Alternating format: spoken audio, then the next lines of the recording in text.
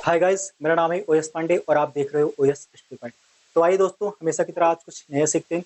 आज हम सीखेंगे डेसिमल टू हेक्साडेसिमल कन्वर्जन को। तो आइए उसके पहले कंप्यूटर नंबर सिस्टम के कुछ बेसिक नंबरों के बारे में जानकारी ले लेते हैं। जो कंप्यूटर नंबर सिस्टम में जो हमारे नंबर यूज होते हैं वो 4 टाइप्स के यूज होते हैं: बाइनरी, डेसिमल, ऑक्टल और हेक्साडेसिमल नंबर। जो हमारे बाइनरी नंबर यूज होते हैं 0 से 1 यूज होते हैं और इसकी जो बेस होती है वो 2 होती है। अगर ऑक्टल की बात करें तो 0 से 7 नंबर यूज होते हैं और इसकी जो बेस होती है वो 8 होती है। अगर डेसिमल की बात करें तो 0 से 9 नंबर यूज होते हैं और इसकी जो बेस होती है वो 10 होती है। अगर हेक्साडेसिमल नंबर की बात करें तो इसमें जो नंबर यूज होते हैं 0 से 15 यूज होते हैं और इसकी जो बेस होती है वो 16 होती है। 0 से 9 नंबर तक के जो नंबर यूज होते हैं हेक्साडेसिमल नंबर में सेम एज वैसे ही यूज कर लेते हैं, ठीक है। बट 10 से लेकर 15 नंबर तक की क्या होती है, कोडिंग होती है। जैसे 10 के लिए ए हो गई, 11 के लिए बी हो गई, 12 के लिए सी हो गई, 13 के लिए डी हो गई, 14 के लिए ई हो गई, 15 के लिए एफ हो गई, ठीक है। तो ये होते हैं कुछ कंप्यूटर नंबर सिस्टम में नंबरों को ऐसे डिफाइन करते हैं, ठीक है। अब आइए देखते चलते हैं अपने क्वेश्चन की तरफ। हमें देखना क्या है, डेसिमल टू हेक्साडेसिमल कन्वर्जन को। मैंने यहाँ पर 2 एग्जांपल लिए हैं, एक ये और यहाँ पर एक फ्रैक्शन वाले पार्ट को, क्योंकि मैंने कुछ कमेंट देखे थे कि सर आप एग्जांपल दीजिए उसका किसका, फ्रैक्शन वाले नंबरों का भी थोड़ा डिटेल में बताइए। तो मैंने दोनों नंबरों को एक साथ ले लिया है, क्योंकि प्रॉब्लम क्या होती है कि जो हमारे पास ये नंबर होते हैं इनको तो हम आसानी से निकाल लेते हैं, ठीक है। जब फ्रैक्शन वाले पार्ट में होता है, प्रॉब्लम इसमें भी कुछ नहीं है, बस थोड़ा सा कैलकुलेशन अलग है।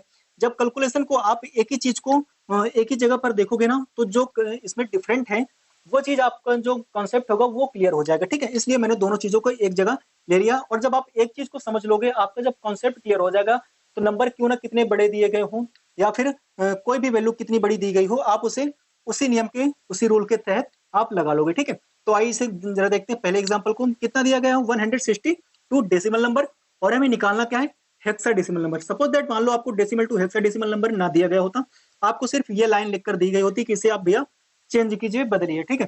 तो कैसे आप पता लगाते कि हमें दिया गया क्या गया है और हमें फाइंड क्या करना है, ठीक है। इनकी बेस से मैंने क्या बताया, डेसिमल नंबर में 0 से 9 नंबर यूज थे और इसकी जो बेस होती है वो 10 होती है। तो 10 इसकी बेस से हम समझ गए कि हमें डेसिमल नंबर दिया गया है, ठीक है। और इसकी बेस कितनी है, 16। 16 किसकी होती है, हेक्साडेसिमल नंबर में। तो इससे हमें अब हमें क्या समझ में क्वेश्चन मार्क से कि हमें फाइंड आउट क्या करना है, हेक्साडेसिमल नंबर को, अर्थात डेसिमल से हमें डेसिमल नंबर हेक्साडेसिमल नंबर को निकालना है, ठीक है। तो उसके लिए हम क्या करते हैं, जो दिया गया होता है जो हमें डेसिमल नंबर दिया गया होता है और जिस जो वैल्यू हमें निकालनी होती है हेक्साडेसिमल नंबर है, तो क्या करेंगे हम, तो इस नंबर को हम 16 से डिवाइड करेंगे। किससे, 16 से। तो यहाँ पर कितना है, 16 से आई करते हैं। तो क्या करोगे अब, टेबल कितनी बार जाएगा हमारा, यहाँ पर 16 है, यहाँ पर 16, तो टेबल हमारा कितनी बार जाएगा, 1 बार। अब क्या बचा, यहाँ पर 2 बचा।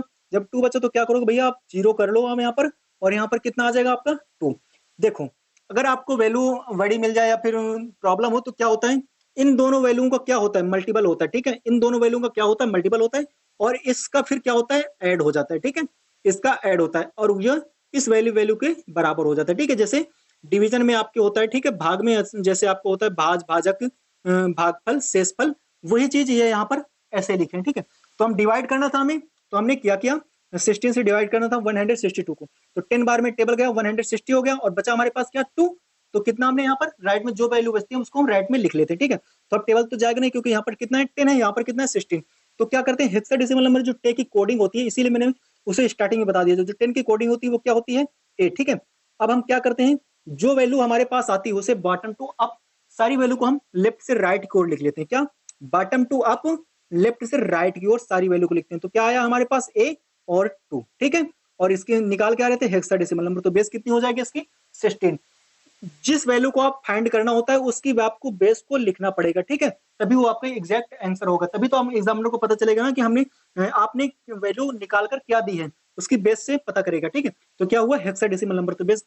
अब आप देख रहे होगे यहाँ पर 10, अगर आप यहाँ पर 10 लिखते हैं, देखो जो हमारा कंप्यूटर होता है वो 0 और 1 अर्थात ऑन और ऑफ, ओनली मैथमेटिकल कंडीशन किसको समझता है, 0 और 1 को।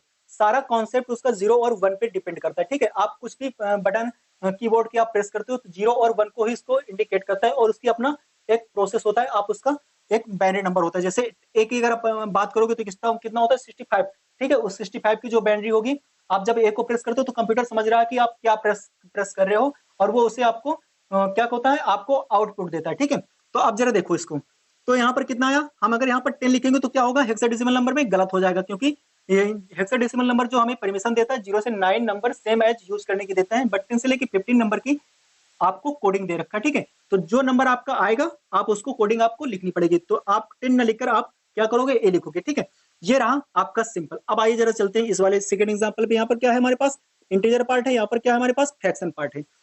अब सिर्फ हमारे पास क्या है, दशमलव को देखकर 2.5 को देखकर हमें घबराना नहीं है, सिर्फ देखना क्या है 98 जो हमें दिया गया है। थोड़ी देर के लिए मान लो कि हमें फ्रैक्शन पार्ट दिया नहीं गया, ठीक है। हमारे पास कितना है, 98 है। तो 98 का तो हम कैलकुलेशन हमेशा से करते चले आ रहे हैं। हम मान ले रहे हैं कि हमारे पास 0.25 नहीं दिया गया, इस पे हाथ रख लो, कितना दिया हमारे पास 98 दिया गया है, ठीक है। तो क्या है, डेसिमल नंबर हमें निकालना, क्या है, हेक्साडेसिमल नंबर। तो आइए जरा निकाल लेते हैं 98 का हेक्साडेसिमल नंबर कितना होगा, 98 का हेक्साडेसिमल नंबर कितना होगा। तो हेक्साडेसिमल नंबर निकालने के लिए क्या करते हैं, हम 16 से डिवाइड करते हैं, ठीक है। 16 से डिवाइड करते हैं तो कितना होगा, 16 छक्का 96, 6 बार टेबल जाएगा और हिसाब किताब कितना हो जाएगा, 96 तक का आया, कितना यहाँ पर 2, 96 2 98, ठीक है। बॉटम टू अप, ठीक है। तो ब्रैकेट किया, 6 और 2 किया, 6 और 2 किया, तो क्या हेक्साडेसिमल नंबर क्या कहता है, 0 से 9 नंबर सेम एज वैसे यूज कर सकते हो, तो ठीक है।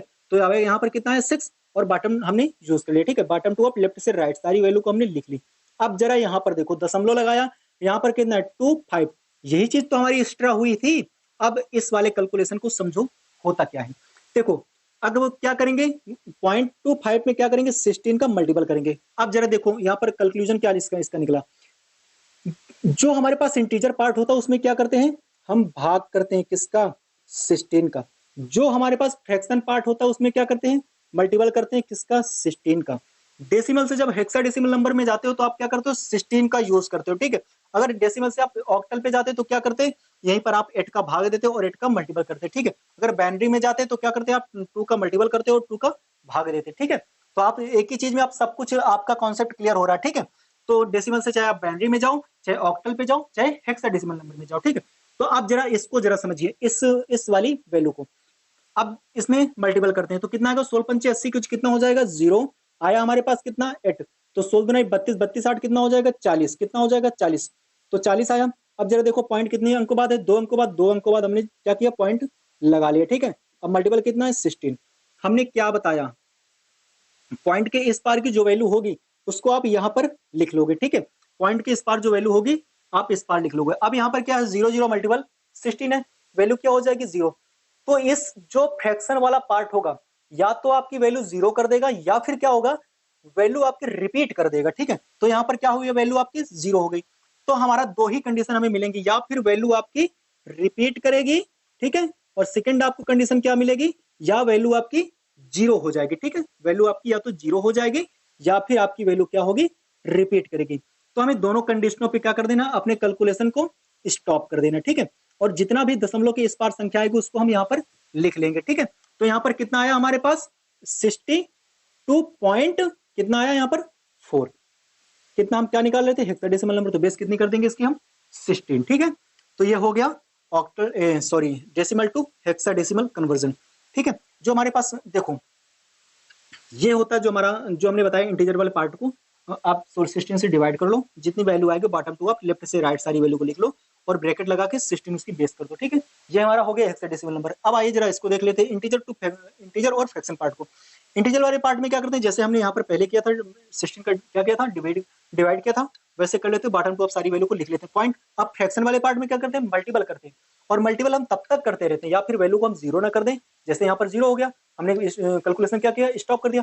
और या फिर अगर 0 ना होता, कोई और होता है, जैसे यहाँ पर अभी 2 आ जाता है, ठीक है, 20 होता है, 16 दुना 32 हो जाता है, यहाँ पर पॉइंट के बाद 3 आता, तो क्या करते हैं, हम 3 को यहाँ पर लिखते हैं, ठीक है। तो यहाँ पर तो वैल्यू 0 हो गई, जब 0 हो गई तो हम अपने कैलकुलेशन को क्या किया, स्टॉप कर दिया, ठीक है। तो ये होता है डेसिमल टू हेक्साडेसिमल कन्वर्जन। तो प्लीज गाइस आपको वीडियो कैसा लगा और आपको अभी डाउट कहाँ पर है, तो प्लीज आप जो भी आपको चीजें ना समझ में आई हो हमें हम कमेंट सेक्शन में जरूर बताइए, ताकि मैं नेक्स्ट वीडियो पे आपके जो भी कंफ्यूजन उसे दूर कर सकूं। तो प्लीज गाइस ऐसे ही एजुकेशनल वीडियो को देखने के लिए हमारे चैनल को सब्सक्राइब कर लें। धन्यवाद, थैंक्स फॉर वॉचिंग।